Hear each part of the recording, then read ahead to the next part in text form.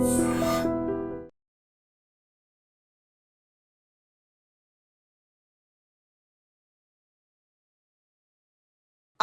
of your dream? Study abroad destination? Clear your doubts. Videsh Consult. Call 9676502888. Sir నాది ఒక straight question.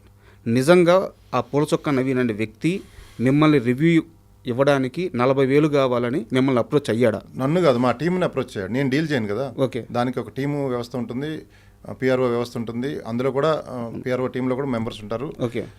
అట్లా ఇది రెగ్యులర్గా అన్ని మూవీలు జరిగే ప్రాసెస్ ఇది. అన్ని మూవీలని బ్లాక్మెయిల్ చేస్తున్నారు కొంతమంది, not only my movie. So నా దృష్టికి వచ్చింది, నేను క్షమించడానికి నేరంలాగా దీన్ని పరిగణించా. నేను డబ్బులు ఇవ్వడానికి నాకు ఇబ్బంది కాదు. ఇటువంటి వాళ్ళని ఎంకరేజ్ చేస్తే ఇంకా పట్టుకొడుకులాగా ఆల్రెడీ ఇండస్ట్రీ సాగుబతుకుల్లో ఉంది. ఆ వచ్చే ఆడియన్స్ని కూడా రానికుండా చేస్తున్నారు వీళ్ళు, ఫేక్ రివ్యూస్ ఇచ్చి.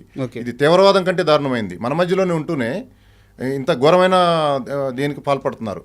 సే నో టు డ్రగ్స్ అని పెద్ద పెద్ద హీరోలు అందరూ వస్తున్నారు. ఇది చెట్టు కొమ్మం మీదే ప్రాబ్లమ్స్ ఉన్నాయి, చెట్టు మీదే. మన ఇండస్ట్రీలో problems. Say no to drugs లాగా మీరు ఎలా వస్తున్నారో దానికంటే ముందు ఇట్లాంటి వాటికి రావాలి. Say no to fake reviews. Sir అంటే నా డౌట్ ఏంటంటే ఆ వ్యక్తి మిమ్మల్ని అప్రోచ్ అవ్వడానికి రీజన్ అంటే మీరు ఏమన్నా ముందుగా మా సినిమాకి సంబంధించిన ఒక రివ్యూ ఏమన్నా అడిగితే తను అమౌంట్ అడిగాడా, లేదు నేనే అమౌంట్ తీసుకుంటాను ఒక మంచి రివ్యూ ఇస్తానని అతనే అప్రోచ్ అయ్యాడు? అది డిస్కషన్ నేనైతే డైరెక్ట్ చేయలేదు, మా టీం చేశారు. బట్ అల్టిమేట్లీ మీరు డబ్బులు ఇవ్వకపోతే నెగిటివ్గా రాస్తాను, అది మోటో. మీకేమన్నా దట్స్ ఆల్. మీ దగ్గర ఏమన్నా ప్రూఫ్స్ ఉన్నాయా? ఉన్నాయి, ఇచ్చాము, పోలీసులకు ఇచ్చాము. వాళ్ళు కేసు ఫైల్ చేశారు, వాళ్ళని పిలుస్తున్నారు. ఎస్ సార్, నాది ఇంకో క్వశ్చన్ ఏంటంటే ఒక వ్యక్తి ఒక 100 రూపాయలు పెట్టుకుని సినిమా చూస్తాడు. ఆ సినిమా చూసిన వ్యక్తి ఆ సినిమా బాగుంది బాగలేదు అని చెప్పే రైట్ తనకు లేదా? నీకు లిమిటేషన్స్ ఉంటాయి. ఓకే. ఇప్పుడు ఒక అమ్మాయిని చూసి నీకు పెళ్లి చూపులకి వెళ్తావు, ఒక అమ్మాయిని చూసి నచ్చితే సరే నచ్చపోతే సరే వెళ్ళు. ఆ అమ్మాయి గురించి బాడీ షేమ్ చేయకూడదు. ఆ అమ్మాయికి చిన్నగా ఉన్నాయా పెద్దగా ఉన్నాయా హైట్ తక్కువ ఉంది అదని బాడీ షేమింగ్ అంటారు. నువ్వు డైరెక్ట్గా అలా నువ్వు చెప్పకూడదు. నీకు నచ్చపోయినా దానికి ఒక పద్ధతి ఉంటుంది. బాడీ షేమ్ చేస్తే సివియర్ కేసు లోపల వేయటం, అట్లా ప్రతిదానికి ఒక పద్ధతి ఉంటుంది. ఫ్రీడమ్ ఆఫ్ స్పీచ్ ఉంది కదా అని ఇష్టం వచ్చినట్టు మాట్లాడితే కుదరదు. ఎస్, దానికి ఒక లిమిటేషన్ ఉంటుంది. నువ్వు రివ్యూ ఇవ్వడానికి, నీకు పరిధులు దాటి రివ్యూ ఇవ్వడానికి నా మూవీ గురించి నీకు ఏం అర్హత ఉంది? నా మూవీ గురించి బయటకు రావాలో లేదో చెప్పడానికి పెద్ద సెన్సార్ టీం ఉంది. అది పాస్ అయిన తర్వాతే బయటకు వస్తుంది. ఇంత కష్టపడి ఇంత యూనిట్ మీ అందరి కోసం ఎంటర్టైన్మెంట్ ఇచ్చేదానికి ఒక సెన్సార్ వ్యవస్థ ఇవన్నీ ఉన్నాయి. ఈ రివ్యూవర్స్ ఎవడో తెలియదు, పుట్టగొడుగులాగా వాడికి ఏం అర్హత ఉందో తెలియదు, వాడు ఏం చదువుకున్నాడో తెలియదు. వాడి పర్సెప్షన్ ఏదో మాట్లాడుకొని పెట్టుకోండి, అంతేగాని వాళ్ళు వాడు మాట్లాడే మాటలు మీరు మొత్తం చూడండి. వాడి పర్సెప్షన్ సినిమాకి వెళ్ళొద్దు అనే ఉంది. వాడిని చూసిన వాళ్ళందరూ మా సినిమాకి వెళ్ళకుండా ఉండి మా కలెక్షన్లు అన్నీ తగ్గిపోతున్నాయి కదా, చాలా ఇంపాక్ట్ అవుతుంది కదా.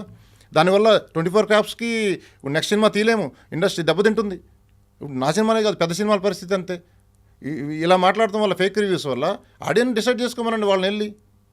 నిన్న సాయంత్రము ట్రిప్లేకి వెళ్ళాము, అందరూ ఆడియన్స్ ఎంగేజ్ అయ్యి ఫుల్ ఎంజాయ్ చేస్తున్నారు. తర్వాత ఏఎంబీ మాల్కి వెళ్ళాము, స్క్రీన్స్ కూడా పెంచారు ఇప్పుడు. అంటే ఆడియన్స్ నుంచి వచ్చే రివ్యూవే కరెక్ట్ రివ్యూ. బుక్ మై షోలో 1-on-1 రివ్యూ ఇస్తారు, అది 9.6 ఉంది. అంటే నిజంగా అటర్ ఫెయిల్యూర్ అయితే వాడు అనుకోవచ్చు. బాగున్నదాన్ని కూడా కావాల్సికల్లా నువ్వు నెగిటివ్గా మాట్లాడి సినిమాని చంపేస్తున్నావు. తమ్ముడు మూవీకి అట్లాగే చంపేశాడు, ఇంకో మూవీకి అట్లాగే చంపేశాడు.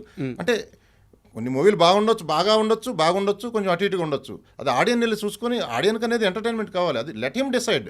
నువ్వు ముందే చెప్పేసి వెళ్ళొద్దని నువ్వు విషయం నింపుతున్నావు వాళ్ళ మనసుల్లో. సార్, ఇక్కడ నా డౌట్ ఏంటంటే మీరు పూర్తిగా రివ్యూ సిస్టమ్ రాంగ్ అంటున్నారా, రివ్యూ సిస్టంలో ఒక పరిధులు ఉండాలి అని చెప్తున్నారా? రివ్యూస్ ఫ్రీడమ్ ఆఫ్ స్పీచ్ ఉన్నంత వరకు ఓకేనండి. పరిధులు దాటి ఇస్తాం అనేది రాంగ్. కావాల్సికల్లా బ్లాక్మెయిల్, డబ్బుల కోసమే రివ్యూస్, తెలిసిపోద్ది ఇండస్ట్రీ అందరికీ డబ్బుల కోసమే రివ్యూలు ఇస్తున్నారు అని. ఇటువంటి రివ్యూ వ్యవస్థ నాశనం అవ్వాలి, ఉండకూడదు. సో ఇప్పుడు ఎవరైతే ఈ నవీన్ అనే వ్యక్తి ఉన్నాడో అతను ఇచ్చిన రివ్యూ మీద మీ అబ్జెక్షన్ ఏంటంటే అతను చెప్పిన విధానం బాగలేదు, అంతేనా? ఎస్, అది మీరు వినండి, ఆ లింక్ ఉంటే మీరు వినండి, ఎవరికైనా అర్థమవుతుంది. వీడి సినిమా ఆ రివ్యూ చూసి సినిమాకి వెళ్ళరు, అది ఎంత బాగున్నా కూడా. అంటే యూట్యూబ్ రివ్యూవర్స్ని చాలా కించపరిచినట్టు మాట్లాడడం జరిగింది. సో దాని మీద మీ ఒపీనియన్ ఏంటి? యాక్చువల్లీ నాకు అర్థం కానిది ఏంటంటే ప్రొఫెషనల్ రివ్యూవర్స్ అన్నాడు. అంటే ప్రొఫెషనల్ రివ్యూవర్స్ అంటే ఏంటి? అంటే ఏమైనా కోర్స్ చేసి వస్తారా? అంటే న్యూయార్క్ ఫిల్మ్ ఇన్స్టిట్యూట్లో ఏదైనా కోర్స్ ఉందా? రివ్యూవర్ అంటే పట్టా పుచ్చుకొని 1 year డిప్లొమా చేసి ఏమైనా కోర్స్ ఉండదు. సో ప్రొఫెషనల్ అనే వర్డ్ ఎక్కడికి వెళ్ళి వస్తుంది అంటున్నా. సో ప్రొఫెషనల్ అనే రివ్యూవర్ అనేది వాడు ఉండడు. నేను నా ఒపీనియన్ చెప్తున్నా. సో నా వీడియో కూడా పెట్టింది ఏంటంటే I'm most qualified to tell opinion on a movie. నేను చెప్పాను కదా నా క్వాలిఫికేషన్ ఏంటో. సో అది నేను చెప్పాను. సో ఐ థింక్ ప్రతి ఒక్కడికి ఒక రైట్ ఉంది టు టెల్ హిస్ ఒపీనియన్. ఎందుకంటే టికెట్ కొనుక్కొని వెళ్తున్నాడు. సో నీకు నచ్చినోడు నచ్చినట్టు పెట్టుకోండి. ఇప్పుడు నీకు నచ్చింది సినిమా, ఎవరైతే XYZ వాళ్ళు పెట్టుకోండి, వాళ్ళు ఛానల్. నేను ఆపుతున్నాను, నీకు ఎందుకు నచ్చిందని చెప్పి కింద కామెంట్ చేయట్లేదు కదా నేను వెళ్ళి. So everybody has their right to express their opinion. So professional reviewer, unprofessional reviewer, amateurish reviewer అలాంటివి ఉండవు. సో ఈ బ్రెయిన్లెస్ ఆర్గ్యుమెంట్ పక్కన పెట్టాలి. ఓకే. సో ఇలా అయినాక ఇలాంటి థ్రెటనింగ్స్ పాస్ట్లో ఎప్పుడైనా మీకు వచ్చినాయా? పాస్ట్లో అసలు ఎవరు అలా చేయరు, కానీ యాక్టర్స్ ఎస్పెషలీ చాలా ప్రొఫెషనల్గా ఉంటారు. వాళ్ళు కొంతమంది ముందే భయపడి, బాబు నువ్వు ఆ సినిమాకి రివ్యూ నువ్వు అని చెప్తారు. అవునా?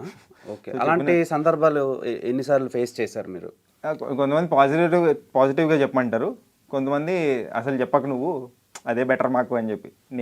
నేనేంటంటే నేను ఎందుకు చెప్తాను నీ సినిమాకి రివ్యూ, నాకు అసలు చూడడానికి కూడా ఇంట్రెస్ట్ లేదు. చూడడానికి ఇంట్రెస్ట్ లేదంటే కించపరచడం కాదు. ఒక మూవీ, అన్ని మూవీస్ ఎందుకు చూడాలి నేను? అది కూడా నా ఇష్టం కదా. అంతా నీ ఇష్టం అంటారు. నీ ఇష్టం కూడా అది. Okay. What ever you want to do, that is your wish. So ఒక సినిమాని చూడాలంటే ఇంట్రెస్ట్ క్రియేట్ చేయాలి. ఆ పోస్టర్ కానీ, టీజర్ కానీ, ట్రైలర్ కానీ, ఆర్ ఎనీ సాంగ్. అది క్రియేట్ చేయనప్పుడు నేను ఎందుకు వెళ్ళాలి సినిమాకి? సో అది నేను అంటుంది. ఇల్లాజికల్గా ఏం మాట్లాడలే, ఎక్స్ట్రీమ్లీ లాజికల్ ఉంటుంది. సో మీరు ప్రీవియస్గా చాలా వీడియోస్ చేశారు, షార్ట్స్ కానీ, ఈ దాన్ని ఏమంటారు, హేడ్యూడ్ స్పూఫ్స్ అని. సో అలాంటి స్పూఫ్స్ చేస్తున్నప్పుడు చాలా కాంట్రవర్సీస్ ఎదుర్కొన్నారు వాళ్ళ వైపు నుంచి, కౌంటర్ వీడియోలు పెట్టడం. సో అలాంటప్పుడు మీరు ఎలా ఫీల్ అవుతారు?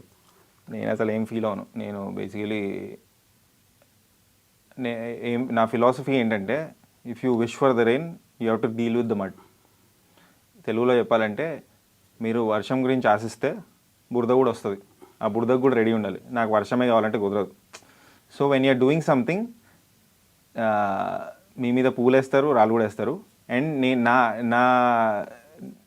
నా మీద చాలా తక్కువ మంది అలా నెగిటివ్గా రియాక్ట్ అవుతారు. ఇప్పుడు నేను ఎవరిదైతే స్పూఫ్ చేశానో వాళ్ళందరూ నా ఫ్రెండ్స్ అయ్యారు తర్వాత. ఎందుకంటే దే ఫెల్ట్ ఎవరైనా స్పూఫ్ కానీ ఏదైనా చేస్తే it's a kind of flattery. పాపులర్గా ఉన్నవాటిదే చేస్తాం కదా. అండ్ నేను అసలు వల్గారిటీ కూడా ఉంటుంది నా వీడియోలో, మీరు చూస్తే గమనిస్తే. అవును. చాలా పాలిష్డ్గా, క్లాసీగా ఉంటుంది. అండ్ ప్రాక్టికల్గా, అంటే ఎక్కడ అరే అమ్మా ఇలా కూడా ఆలోచించవచ్చా, చాలా క్రియేటివ్గా ఉందనే ఫీలింగ్ వాళ్ళకి కూడా అనిపిస్తుంది. వాళ్ళు కామెంట్ కూడా చేస్తారు కింద. నా మీద స్పూఫ్ చేసిన వాళ్ళు ఎవరైనా ఉంటే, లేదా ట్రోల్ చేసిన వాళ్ళు ఎవరైనా ఉంటే, ఇఫ్ వాళ్ళు బౌండరీస్ దాటకుండా చేస్తే నేను కూడా కామెంట్ కొడతా వాళ్ళ వీడియోస్ కింద. అది చాలామంది ఫ్రెండ్స్ ఉన్నారు నాకు, దాని తర్వాత ఫ్రెండ్స్ అయ్యారు. నేను అసలు దానికి పెద్ద పట్టించుకొని కూడా. ఎప్పుడూ 6 years నుంచి మీమ్స్ చేస్తున్నా. I touch upon lot of controversial topics. నేను టచ్ చేసే టాపిక్స్ ఎవరు టచ్ కూడా చేయరు. మనకెందుకు మన పేజ్ పోతుందా అనే టైప్లో ఫీల్ అవుతారు. కానీ so yeah, to answer your question, పెద్ద ఫీలింగ్ ఏం లేదు. సో మీరు రకరకాల ప్రొఫెషన్స్లో ఇన్వాల్వ్ అయ్యి మీకు నచ్చింది చేసుకుంటున్నారు. సో మీరు బాగా ఎంజాయ్ చేసిన ప్రొఫెషన్ ఏంటి? ఇప్పుడు మీమ్స్ ఉన్నాయి, చదువుతున్నారు, డైరెక్షన్ చేశారు, ఎడిటింగ్ చేస్తున్నారు, తర్వాత యూట్యూబ్ వీడియోస్ చేస్తున్నారు, మెడికల్ స్టోర్లో 2 years, మెడికల్ షాప్లో కూడా పనిచేశారు. సో రకరకాల, అవసరమైతే కొబ్బరి బొండాల షాప్ కూడా పెడతా అంటున్నారు. సో అది కాకుండా ఇప్పటి వరకు చేసిన ఈ 6-7 ప్రొఫెషన్స్ ఉన్నాయి, అందులో మీకు బాగా నేను యాక్చువల్లీ ఒక ఆర్గానిక్ స్టోర్ ఉంటుంది కదా. అవును. ఈ ఆయిల్స్ అమ్ముతూ ఉంటారు, అవునవును, సబ్బులు అమ్ముతుంటారు, అలాంటి స్టోర్ పెడదాం అనుకున్నా ఒకప్పుడు. అంటే ఇంకా ఐడియా ఉంది, బియర్డ్ ఆయిల్స్ అమ్ముతారు. బియర్డ్ ఆయిల్స్ అమ్ముదాం అనుకున్నా, అది కూడా చేస్తా. అందుకే పెంచుతున్నారా? లేదు అలా కాదు, అది చెప్తా, దానికి వస్తా. కానీ ఏంటంటే, so what is the question ఏంటి? మీకు బాగా నచ్చింది బాగా నచ్చిన టైం ఏంటంటే, మీమ్స్ చేయడం నాకు మస్తు ఇష్టం. మీమ్స్ చేయడం or YouTube content initial days. ఇప్పుడు ఏంటంటే కొంచెం జాబ్ లాగా తయారైంది, రోజు ఒక వీడియో పెట్టాలి అనే టైప్లో. బట్ అది కూడా రిలాక్స్డ్గా చేయాలనే టైప్లో ఉంది. But when ever I did memes, ఇప్పుడు కూడా చేస్తున్నా. Maybe I think that is the most fun part. Yeah, కాదు, యాక్చువల్లీ నేను ఉస్మానియాలో ఎంఏ చదివాను, కంప్లీట్ అయింది, పబ్లిక్ అడ్మినిస్ట్రేషన్. అక్కడ ఐ డిడ్ ఒక గ్లోబల్ అల్యుమినై మీట్ అని ఒకటి ఉంది. అంటే ఉస్మానియాకి సంబంధించిన స్టూడెంట్స్ వాళ్ళు అందరూ ఆ ఇయర్ కలిసి గ్లోబల్ లెవెల్లో అందరూ కలిసారనమాట ఒకరోజు. Some 3 day meet. దానికి నేను మా ఫ్రెండ్తో కలిసి ప్రోమోస్ తయారు చేశాను. దానికి నాకు తర్వాత డబ్బులు ఇచ్చారు 15,000 ఎంతో, అంటే మా ఇద్దరు కలిసి. సో ఎక్స్ట్రాడనరీలీ ఎంజాయ్ చేశాను. అది 1.5 year బ్యాక్ చేసాము. ఆ టైంలో మస్తు ఎంజాయ్ చేశా.